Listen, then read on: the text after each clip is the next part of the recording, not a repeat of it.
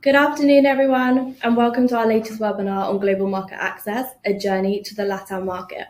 My name is Kate Moore, and I'm a project manager here at TÜV UK. As the UK solidifies its position as the world's fourth largest exporter, UK businesses are looking for exciting new markets to conquer. The LATAM market, with its vast potential and growing demand for high-quality end products, presents a prime opportunity for UK companies, particularly for those innovating with wireless products, which is what we're focusing on today. Today's webinar will equip you with the knowledge and tools to navigate the LATAM market confidently. We'll be using an example product to guide you through the pre-compliance stage, certification process, and type approval process specific to the LATAM region. By the end of this session, you'll have a deep understanding of the requirements and processes needed to successfully enter the LATAM market, and with your wireless products. For any non-typical wireless products, additional safety requirements may apply, and we can help you with those as well separately from this webinar. We'll begin by exploring the LATAM landscape, starting with Mexico and working our way down through Central America and the Caribbean. Then we'll delve into South American countries like Peru and Colombia before tackling the more complex regulations in Brazil and Argentina. Next, we'll take a step back and examine the key considerations for entering the LATAM market as a whole, ensuring a smooth and successful entry for your company. Finally, we'll wrap up with a quick overview of upcoming regulatory changes so you can stay ahead of the curve. Don't forget to jot down any questions you have throughout the webinar in the sidebar. We'll answer as many as possible, and any remaining questions will be addressed in a follow-up email after the session today. I'd like to now introduce you to my colleague, Iria de Causo, who is also a project manager in the GMA team and will be kicking off the webinar topic today by showing us the example product we're going to be looking at. Thank you, Kate, and welcome everyone. Thank you for joining us today. It's all great to have you here.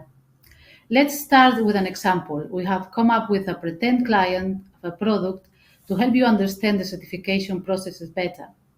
So our client, Global Manufacturer Ltd, have created a Bluetooth and Wi-Fi enabled smart speaker. This speaker allows access to online music streaming services, podcasts, and radio stations through Wi-Fi.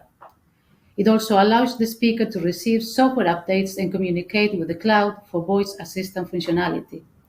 The speaker offers a low power connection for direct streaming audio from your phone, tablet, or laptop to the speaker through Bluetooth. The client is looking to import their product across the LATAM region. For the purpose of this webinar, we are going to assume this product uses 2.4 GHz for Bluetooth and Wi-Fi, and also all permitted 5 GHz bands for Wi-Fi. Perfect. Thanks, Iria. So let's start now. Just move the screen. There you go. Let's start up in North America with one of the biggest markets in the region and one that manufacturers are generally most interested in, which is Mexico. So all products that use a frequency to transmit and or receive signals, and all telecom products that connect to the PSTN or public network must be certified by IFT, which is the regulator in Mexico. To start with, it's always important to confirm the applicable standards. So in the case of Global Manufacturers Ltd and their wireless speaker today, it would be subject to NOM 208. For this, local testing is obviously required. TÜV typically requests a radiated sample in engineering mode and a conducted sample. This helps the local labs carry out the required testing much faster. However, there are a few steps needed before any testing commences. So firstly, your local importer must hold the approval. So please ensure you have this in place, as all testing and certification activities must be booked in their name. So nothing can begin until you found that importer, who must also be registered with the IFT, the regulator. So other documentation that is generally required is a copy of the user manual in Spanish language, which must also include the compliance statement on the screen now, which is a variation upon the compliance statement required by the FCC. Another important requirement is in regards to the block diagram. For manufacturers integrating a module, this will need to be clearly indicated on the block diagram. And then finally, although we're covering a typical wireless product today, for any companies whose product main use is not telecommunications, so for example, pumps, vacuums, or fridges, and you're adding wireless integrations into your product, it's also very important to verify your product's Mexican-specific HS codes against regulations to confirm if they all fall into the scope of safety standards as well as wireless standards. So additional testing would then be required to cover those applicable standards. If this is you, feel free to send over your product details to us and we can help you confirm these requirements. Next, let's travel further south and visit Central America. Unlike the European Union, which has a standardized certification process, each country in Central America has its own governing body and requirements for wireless certification. However, they are relatively simple processes based on a paperwork application that do not require in-country testing for most devices. The exception of this is Costa Rica, who requires local testing for devices with cellular technologies. But since this is not the example we are using at the moment, we won't focus on this. For these countries, foreign test reports from accredited test labs are accepted. FCC are preferred given where they are located, but EU are also commonly accepted when FCC is not available. Local applicants are also mandatory in most cases, which means that the application can only be submitted by a local company. TÜVSÜD has a wide range of local contacts who can support with the required actions in country for these certification processes. However, as a whole, these countries are fairly straightforward provided you work with a supplier who has all of these networks in place. Now Kate is going to travel with you to the Caribbean. Thanks, Ari. Just take the slide. There you go. Now, here in the Caribbean, the type approval processes are paperwork only, and FCC documents are preferred to EU, but these documents are sometimes accepted, and your certifications team can help advise you on this. So in terms of documentation, some authorities, you still have to ship hard copy documents straight to them, for example, application forms, but this is something we would help you with. It's also important to note that family approvals are not permitted in most Caribbean countries, so you'd have to apply for one certification per product. And speaking of end products, modular approval is not sufficient to cover your end product, so please keep this in mind when thinking about global market access in this particular region. Lastly, I would say it's important to point out the lead times in the Caribbean. They can sometimes differ, and some authorities are slow with responses or take time to issue the final certification. For example, the commissioner could only come in once a month to sign documents, for example, or take the example of the instability in Haiti, for example, which could mean more delays to the certification process.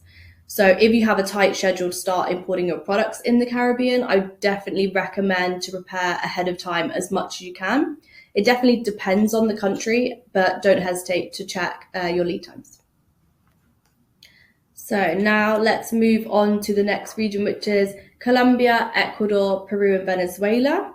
So for Colombia, as Global Manufacturers Ltd and their wireless speaker, it only has Bluetooth and Wi-Fi and no cellular function here. So the approval would only be voluntary in this case. However, TÜVSÜD UK, we would still recommend that the company apply for what is called an LONA approval or a letter of no action to avoid any issues at customs. For Peru, the approval of the wireless speaker would be mandatory, but it's worth noting that if your product is a Bluetooth only device and has an output power of 10 milliwatts or lower, then the product only requires a voluntary approval. But again, we would recommend applying for this approval and receiving that LONA letter. In terms of Venezuela, as you may know, there is also political instability here in the country, which would mean slow responses and longer lead times, just to make you aware of that. In Ecuador, products such as Bluetooth that have RF function but do not access a public telecommunications network directly are subject to a voluntary approval. But again, we would recommend a letter of no action. And lastly, we would strongly recommend for you to complete your FCC testing prior to starting with the certification process. And as well as this, for some countries, they do want the FCC reports uploaded onto the FCC website. And we would recommend doing this for all the LATAM countries, as it could lead to more complicated processes, such as more documentation needed, as well as it could lead to longer lead times. So we definitely recommend doing this. Now we're skipping over to the east for a quick trip to Guyana, Suriname, and French Guiana. These three countries generally follow the processes already mentioned, only carry out a paperwork review of the existing test reports that you should already have in place. The exception to this is French Guiana, an overseas territory of France, as the name suggests. In this case, evidence of compliance to the RED directive is sufficient for import and sale into this territory. However, please also double-check on other overseas territories, as some of them have their own type approval requirements. Examples include Netherlands Antilles and Montserrat up in the Caribbean. Perfect. Thank you, Iri. Let's now move on to one of the more complex countries, so Brazil. Now, for the wireless products in Brazil, there is one main regulator, as you may well know, called Anatel. And much like Mexico, Anatel has their own national standards. And for the product that we're talking about today, the wireless speaker, the applicable regulations here are Resolution 680 and Act 1448 to cover the RF requirements, and Act 1120 for the EMC requirements. For this type of product, we would typically need a conducted sample for the RF testing and a radiated sample in normal operations mode for the EMC testing. However, there is a bit of good news here for those of you who have decided to integrate a module inside of your product. For modules that have already been certified in Brazil, you can remove the RF conducted testing that's required, and this would ultimately mean that you would then only need to provide 2 radiated samples to cover the radiated RF testing and the EMC testing. This obviously reduced costs and also potentially time. So, however, please remember that module certifications in Brazil are not sufficient to cover your end product. So whilst it would definitely help to have it pre-certified, it's not completely sufficient here. Additionally, manufacturers can't hold the approvals themselves in Brazil, so it's really important that you have a local holder in place. For manufacturers who don't have a local holder, TÜVSÜ can provide a local holder services where needed. And now, in regard to documentation, it's generally a fairly standard set of documents, so such as a block diagram, photos, and schematics, similar to what you would typically need as part of the FCC or EU testing. But there's a few additional requirements that we just wanted to mention today. So firstly, Brazil requires a copy of your factory's ISO 9001 certificate, which must also be translated into Portuguese as a sworn translation. Similarly to what we were saying before, if the translation is something you cannot provide, we can provide this as part of an application package where needed. Additionally, there are national conformity marks in Brazil, and as part of the application, a copy of your draft label artwork is needed with the Anatel mark on the label, so the regulator can see where you intend to place your product, the label, on your product. So next, I'm going to hand you back over to Iria to cover Bolivia, Uruguay, and Paraguay. Thank you, Kate. For these 3 countries, the type approval processes are usually straightforward and relatively fast. Again, a paperwork application is sufficient, and foreign test reports from accredited labs are accepted. FCC, EN, and IEC standards to cover the RF, EMC, and safety requirements. Like in Central America, here, local applicants are mandatory in most cases. For example, Paraguay requires an engineer registered with the authority CONATEL to present the application. The validity of the approval certificates varies from country to country. So when the certificate expires, this must be renewed if the manufacturer intends to carry on importing and selling in the country. Usually, the renewal process must be started prior to the expiration of the previous certificate, and is normally a simple and a faster process than the first certification. Most of countries in LATAM accept FCC marking for their products. However, the number of countries with specific requirements regarding labeling is growing. In the case of Paraguay, for example, the specific label artwork as shown, showing the CONATEL logo, must be submitted at the time of the application. So make sure you have this in place before you submit. Perfect. Moving slightly west, we're going to go to Chile. So much like the earlier countries, the regulator Subtel accepts test reports to FCC and IEC standards as evidence of compliance. However, there's one important way in which Subtel differs that it's important to be aware of. Many manufacturers choose to maximize the output power their products operates to maximize its functionality. However, this always comes with some risks, and this typically becomes self-evident in Chile. Many labs issue reports listing the average output power in the FCC test report, which is fine for most regulators. However, Subtel take the word average very seriously, particularly for devices using 5 gigahertz Wi-Fi bands, which is the example we have today. So if your output power is anywhere near the limit, Subtel will reject the application, reasoning that it is an average reading. So there's a possibility the output power will go above the limit. So our recommendation for the client today would be to cut out the average and list the maximum instead where possible, or decrease the output power enough to be further away from the limit if Chile is a key market. Finally, let's leave Chile and move on to the last but by no means least, Argentina. The regulatory body that oversees wireless certification in Argentina is ENACOM. It is mandatory for most devices, wireless communication devices, to obtain certification from this regulatory body before being marketed in the country. As Argentina has their own national standards, local testing is required by an accredited in-country test laboratory for most of the most common technologies such as Bluetooth, Wi-Fi, and NFC.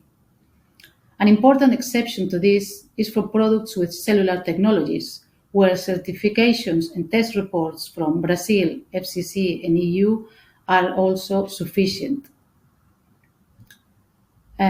However, for the products that they are discussing today, local testing will still be required and no leverage can be carried out. Regarding integrated modules, it is important to point that Argentina goes one step further than Brazil, leveraging modular approvals. Certification is accepted in Argentina as a whole, so if your module is already pre-approved in the country, you don't need to certify the end product.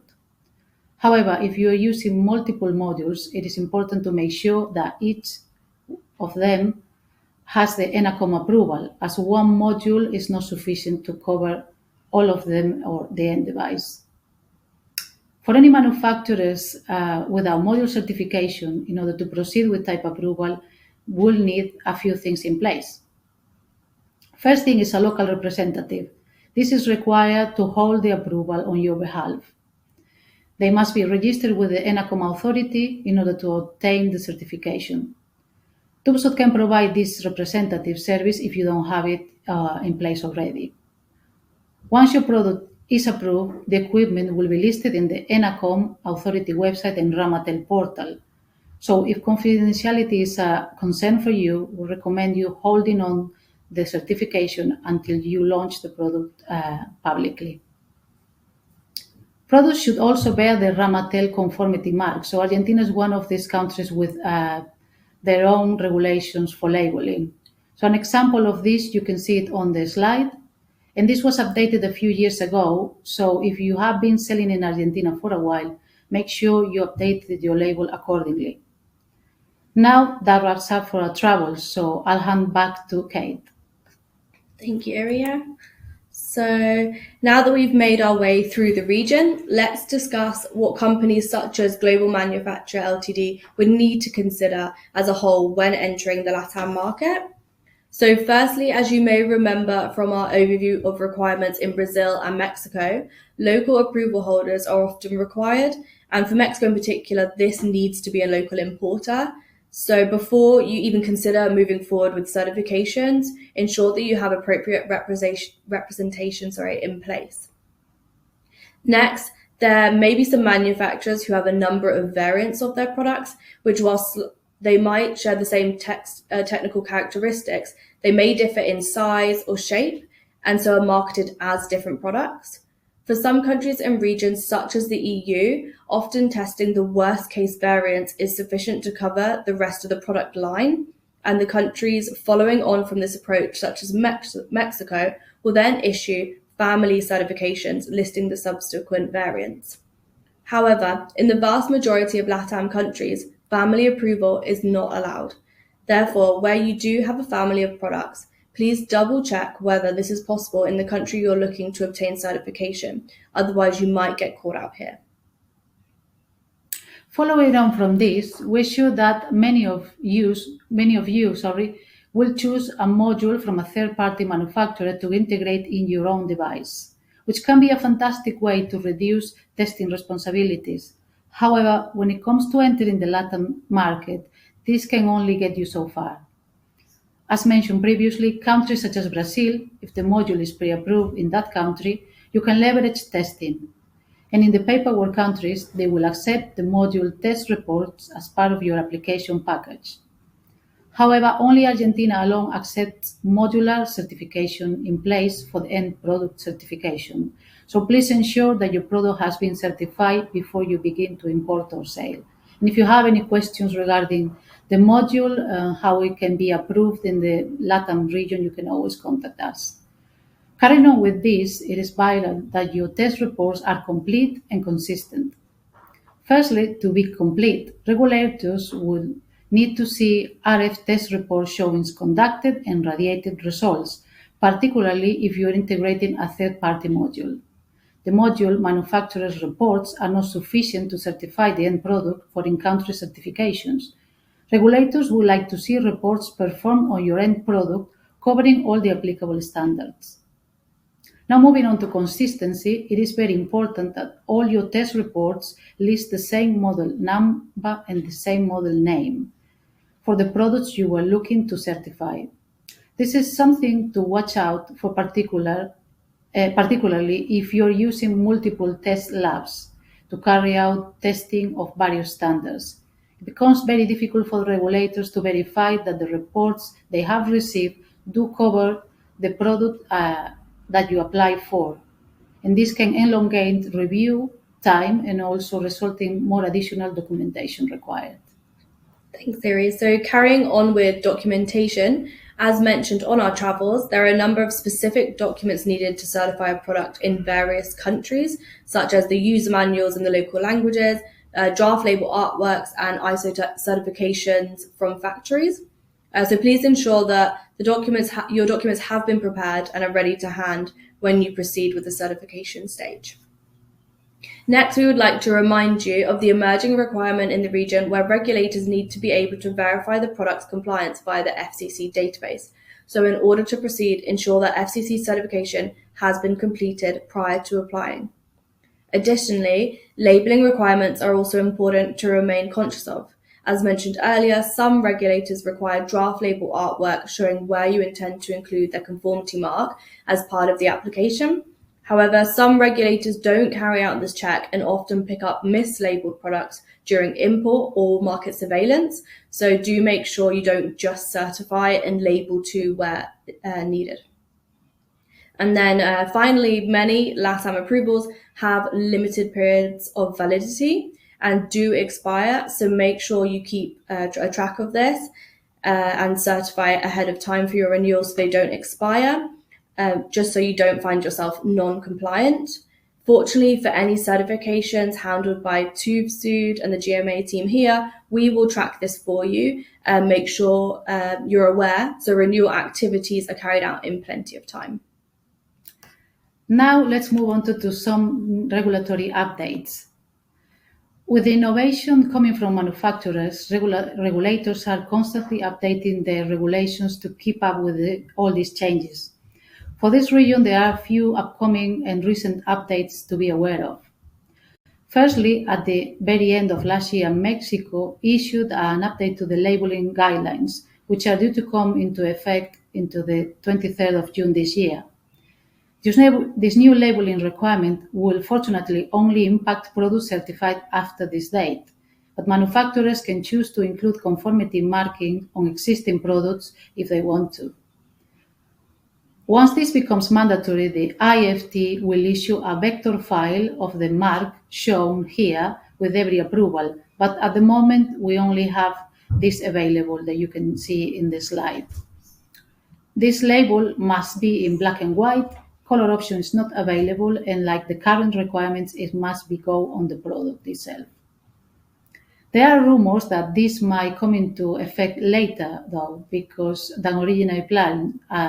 We will keep you updated of this news on our social media. Next on the list is Argentina, who issued a number of new standards that you can see on the slide in the last 12 months. This means all products tested into the previous standard now need complete retesting at the time of renewal. For those certifying for the first time, there should be not too much impact as the testing is mandatory anyway. However, this is definitely a country to watch with the new anti-regulation government, as there is potential for impact on the certification processes.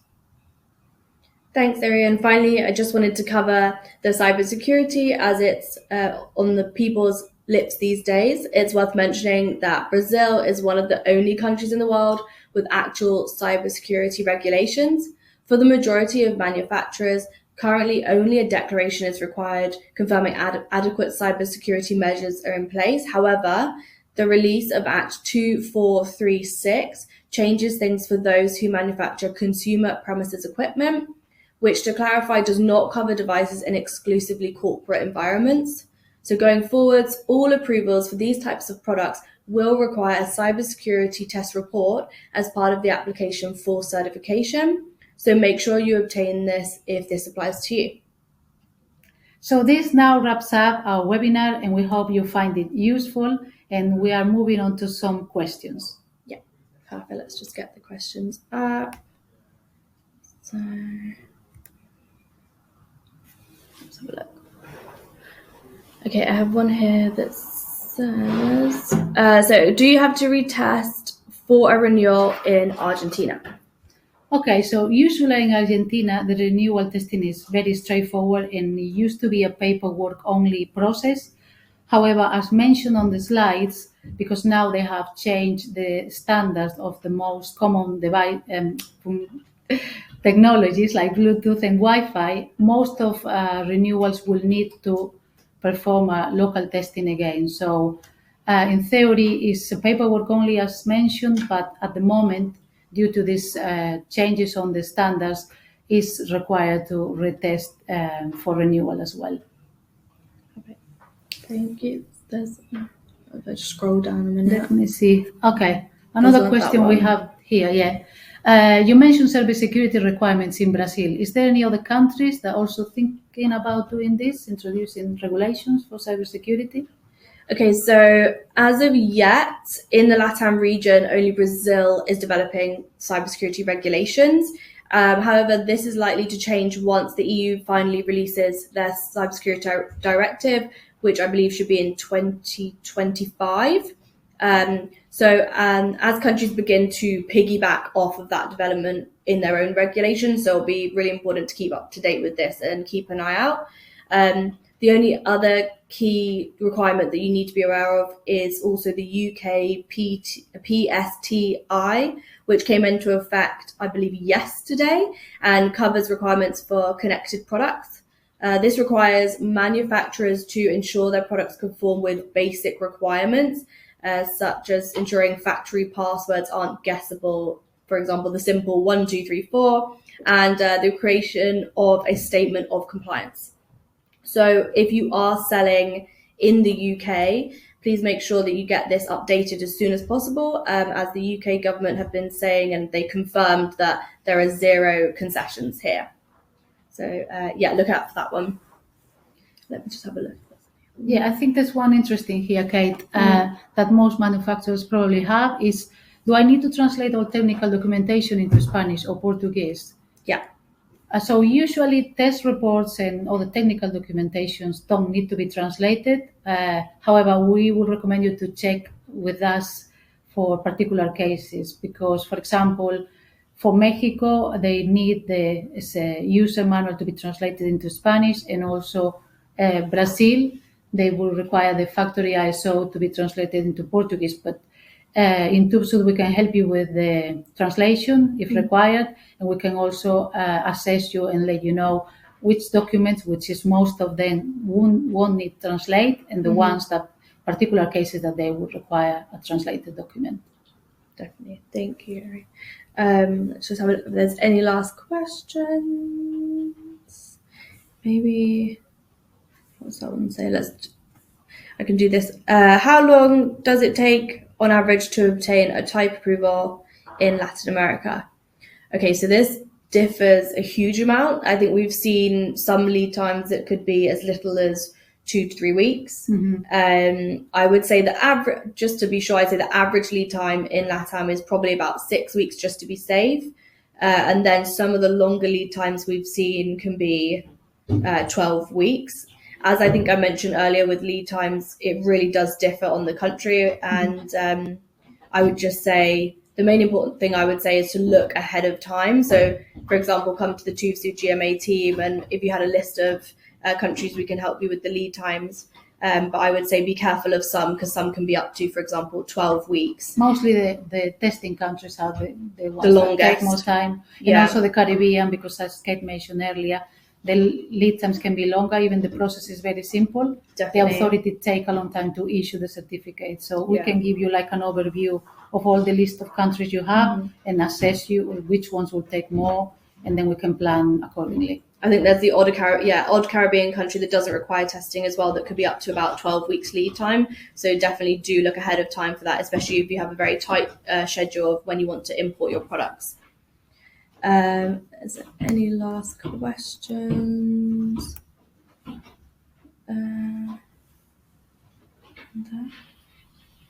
Can the type approval process for radio equipment be expedited? Do you want to answer that one? Well, this is a tricky question because maybe for specific reasons, but typically not. The only exception that we can think of at the moment is the LONA that also Kate mentioned earlier. Some countries for Bluetooth, they will provide you with a letter of no action. And it's tempting to don't do this to save maybe some money, but from our point of view, we recommend you to get the letter of no action anyways, because this is a document from the authority that tells you that your device is exempt, and that will be very useful in customs because you can be holding your products and cause some delays.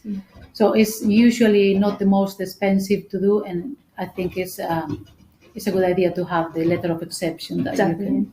I think when it comes to the customs checks as well, it's just much better to have documentation to prove that you've attempted type approval, or you've carried out the voluntary type approval, and it shows that your product doesn't need a full certification and the letter of no action is provided. It just really helps smooth out the process, especially when it comes to the importation time and the customs checks, definitely. Yes.